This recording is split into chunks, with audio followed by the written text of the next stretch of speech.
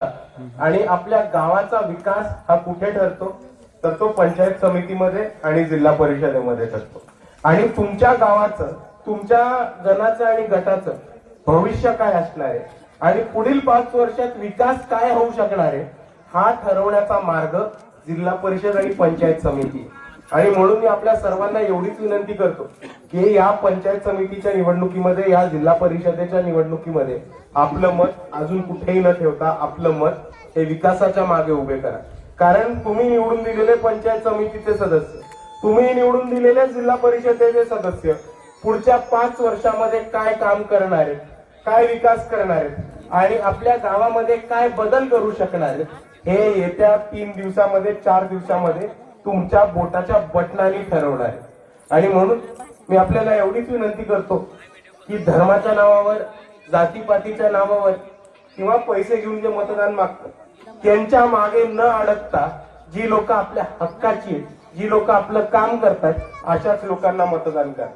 कारण एक महत्वाचा मुद्दा समजून घ्या, तुमच्या गावाला रस्ता आहे का, त्या रस्त्याची परिस्थिती काय आहे येताना तुम्ही बघितली, गावाला पाणी येतं का, प्रत्येकाच्या घराला नळ आहे का, वीज येते का, आपलं विजेचं मीटर आपल्या नावावर आहे का, आपल्या गावामध्ये शाळा आहे का, त्या शाळेमध्ये बाकडं आहेत का, शिक्षक येतात का, टीचर येतात का, पाट्या आहेत का, मुलांना नीट शिकवलं जातं का, आपल्या गावामध्ये आरोग्य केंद्र आहे का, शेतकऱ्याच्या शेतमालाला हमी भाव मिळतोय का, शेतकऱ्याचं जर नुकसान झालं तर तिला नुकसान भरपाई मिळतेय का, हे सगळं कुठे ठरतं तर हे सगळं जिल्हा परिषदेमध्ये आणि पंचायत समितीमध्ये ठरतं। आणि हे सगळं ठरवतात कोण तर हे आपले जिल्हा परिषदेचे निवडून आलेले उमेदवार आणि पंचायत समितीचे निवडून आलेले उमेदवार ठरवतात। आणि म्हणून वंचित बहुजन आघाडीच्या तमाम उमेदवारांच्या वतीने मी आपल्या सर्वांना आश्वासन देतो की वंचित बहुजन आघाडीचे उमेदवार निवडून आलेल्या सगळ्यात पहिले आपल्या गावाला सिमेंटचा रस्ता करून देण्याचं काम हे वंचित बहुजन आघाडीचे उमेदवार नक्कीच करतील। त्याचबरोबर प्रत्येकाच्या घराला नळ देऊन त्या नळाला स्वच्छ पिण्याचं पाणी देण्याचं काम हे वंचित बहुजन आघाडीचे उमेदवार करतील। आणि त्याचबरोबर मी आता अकोल्यामधनं येतो, अकोल्यामध्ये 35 वर्ष ही जिल्हा परिषदेची सत्ता वंचित बहुजन आघाडीच्या हातामध्ये होती आणि बाळासाहेब आंबेडकरांच्या हातामध्ये होती। आणि आपल्या सर्वांना माहिती असेल की महाराष्ट्रभर जिल्हा परिषदेच्या आणि शाळा आणि अंगणवाड्या या बंद पडत आहेत। आता मला एक गोष्ट सांगा, जर जिल्हा परिषदेच्या शाळा बंद झाल्या, जर अंगणवाड्या बंद झाल्या तर महिन्याला 25-30 हजार रुपये फी भरून आपण आपल्या लेकरा बाळांना खासगी शाळेत पाठवू शकणार आहोत का लातूरमध्ये? नाही।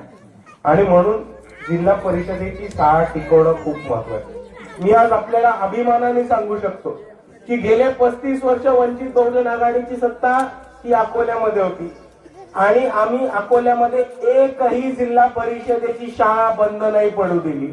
आणि एवढंच नाही तर गेल्या 5 वर्षामध्ये 135 नवीन जिल्हा परिषदेच्या शाळा चालू करण्याचं काम हे वंचित बहुजन आघाडीने अकोल्यामध्ये केलेलं आहे। त्या शाळांमध्ये जी पोरं, जे तरुण पोलीस भरती, वन खातं, मिलिटरी, आर्मीच्या ट्रेनिंगसाठी तयारी करतात त्यांच्यासाठी ट्रेनिंग सेंटर आणि एक व्यायामशाळा सुद्धा चालू करण्याचं काम हे आम्ही सक्सेसफुली अकोल्यात करू शकलो। महिलांच्या रोजगार निर्मितीसाठी 1.5 कोटीचं महिलांचं रोजगार निर्मिती केंद्र हे आम्ही अकोल्यामध्ये उभारलंय, ज्याच्यानी महिलांना 25,000 महिलांना रोजगार देण्याचं काम आम्ही करू शकतो। आणि महिलांच्या हातामध्ये रोजगार देऊ, त्यांना त्यांचं उत्पन्नाचं साधन देऊ, त्यांना त्यांचे पैसे त्यांच्या हातात मिळवून आज महिलांना सक्षम करून त्यांच्या पायावरती उभं राहायला मदत कोणी केली असेल तर ती अकोल्यामध्ये वंचित बहुजन आघाडीने केली। आणि दुसऱ्या बाजूला बाळासाहेबांची अजून एक संकल्पना होती की गाव तिथे आरोग्य केंद्र। अकोला जिल्हा असा एकमेव जिल्हा आहे ज्याच्या प्रत्येक गावामध्ये एक आरोग्य केंद्र आम्ही जिल्हा परिषदेच्या मार्फत चालू केलेलं आहे। आणि कोविड काळामध्ये एक व्हॅन वरती मोबाईल हॉस्पिटल हे आम्ही चालू केलं होतं। आणि ही बाळासाहेबांची संकल्पना होती की जर रुग्ण कोणत्याही कारणामुळे हॉस्पिटलला पोहोचू नसेल शकत तरी फरक पडत नाही, जिल्हा परिषदेची सत्ता ही वंचित बहुजन आघाडीची आहे. आम्ही त्या हॉस्पिटलला त्या रुग्णापर्यंत घेऊन जाऊ त्या पद्धतीचं नियोजन आम्ही जिल्हा परिषदेच्या मार्फत अकोल्यामध्ये केलं.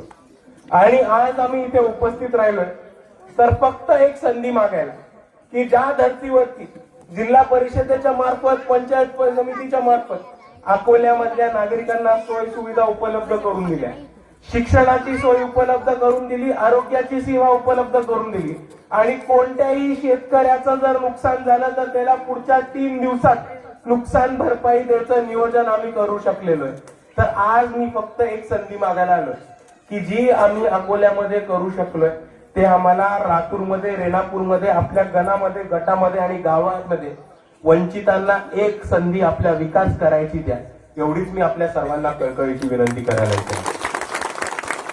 आणि हेच सांगत असताना मित्रांनो, आपण इतर पक्ष बघा आणि आपल्याला दिसेल की यांचे उमेदवार कोण आहेत? कारखानदार, ठेकेदार, कोणतरी मटका सट्टाचा अड्डा चालवतो, कोणतरी दारूचा अड्डा चालवतो आणि दुसऱ्या बाजूला सगळे आमदाराचे, खासदाराचे चेले चपाट. आता मला एक गोष्ट सांगा, जो माणूस श्रीमंतीमध्ये जन्मलाय, ज्या माणसाने आयुष्य एका बंगल्यामध्ये काढले, एसी मध्ये राहिलाय, येतो फिरतो तेव्हा विमानाने फिरतो किंवा 5-5 गाड्या घेऊन फिरतो, रोज साला जाऊन स्विमिंग पूल मध्ये आंघोळ करतो, अशा माणसाला आपल्या अडी अडचणी कळणार आहेत का? त्यांना तुमच्या समस्या कळणार आहेत का? किंवा ग्रामीण भागामधल्या, रेणापूर मधल्या माणसांना, नागरिकांना काय कठीणाईला समोर जायला लागतं हे त्यांना कळणार आहे का? नाही. पण दुसऱ्या बाजूला जी लोक तुमच्या गावात नाही, जी लोक तुमच्या बाजूच्या गावात नाही, ज्या लोकांनी तुमच्या समस्या होत्या त्याच त्यांच्या समस्या म्हणून भोगल्या आणि जी लोकांनी तुमच्या अडी अडचणी त्यांच्या अडी अडचणी म्हणून समोर आले, तीच लोक खऱ्या अर्थाने तुमचा प्रॉब्लेम समजू शकतात, तुमच्या अडचणी समजू शकतात आणि त्या अडचणीवरती तोडगा काढू शकतात. आज जर आपण बघितलं तर वंचित बहुजन आघाडीचा एकही उमेदवार हा पैसेवाला, कारखानदार, ठेकेदार नाही, तर शेतकऱ्यांचा, कष्टकऱ्यांचा, सर्वसामान्यांचा, गोरगरिबांचा आणि तसाच तमाम वंचित समूहातून आलेले आज हे वंचित बहुजन आघाडीचे उमेदवार. तुमच्या ज्या अडी अडचणी होत्या त्याच अडी अडचणी यांच्या, तुम्ही ज्या समस्या भोगल्यात त्याच समस्या यांनी भोगल्यात आणि म्हणून तुमच्या समस्या दूर कशा करायच्या आणि जर सत्तेमध्ये गेलो तर इकडच्या नागरिकांचं आयुष्य बरं कसं करायचं ह्याचीच तळमळ ही वंचित बहुजन आघाडीच्या तमाम उमेदवारांना असणार आहे. आणि म्हणून मी आपल्याला एवढी विनंती करतो की आज तळागाळातनं आलेले, कष्टकरी समाजातनं आलेले, शेतकरी समाजातनं आलेले हे उमेदवार वंचित बहुजन आघाडीने उभे केलेले, हे सत्तेमध्ये जाणार आहेत तर तुमच्या सर्वांचं भलं करण्यासाठी, हे सत्तेमध्ये जाणार आहेत तर आपल्या गावामध्ये सोयी सुविधा आणण्यासाठी, हे सत्तेमध्ये जाणार आहेत तर तुमच्यासाठी राबण्यासाठी, हे सत्तेमध्ये पैसा कमवायला, सत्ता मिळवायला आणि सत्तेचा माज मिळवायला नाही तर इकडच्या जनतेला आणि आपल्या समाज बांधवांचा उद्धार करायला हे सत्तेमध्ये जाणार आहे. आणि दुसऱ्या बाजूला मी आपल्याला सांगतो की वंचित बहुजन आघाडीमध्ये एकाही माणसाला पैसे घेऊन तिकीट दिलं जात नाही. ही स्थानिक स्वराज्य संस्थेची जी निवडणूक आहे ती तळागाळातल्या कार्यकर्त्यांची निवडणूक आहे आणि तळागाळातल्या कार्यकर्त्यांना तिकीट देण्याचं काम हे बाळासाहेब आंबेडकरांनी या निवडणुकीमध्ये केले. एकाही माणसाला पैसे घेऊन तिकीट देण्याचं काम केलं नाही. इतर पक्षामध्ये आपण जाऊन बघा तर आपल्याला दिसतं आमदाराला एक पेटी द्यायला लागते मग तिकीट मिळतं, खासदाराला एक खोका द्यायला लागतो मग एक तिकीट मिळतं.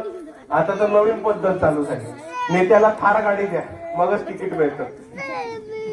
वंचित बहुजन आघाडीमध्ये असं होत नाही. आमच्याकडे पैशावरती नाही तर कार्यकर्त्यांना मेहनतीवरती आणि संघर्षावरती तिकीट मिळतं. हा आदर्श बाळासाहेब आंबेडकरांनी या महाराष्ट्रामध्ये उभा केलाय.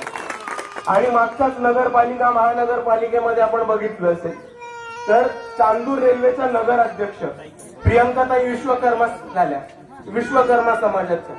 आपण बघितलं तर आपल्या तालुक्यात विश्वकर्मा समाजाचं एक घर नसेल. त्या विश्वकर्मा समाजाच्या महिलेला बाळासाहेब आंबेडकरांनी चांदूर रेल्वेचं नगर अध्यक्ष बनवलेलं.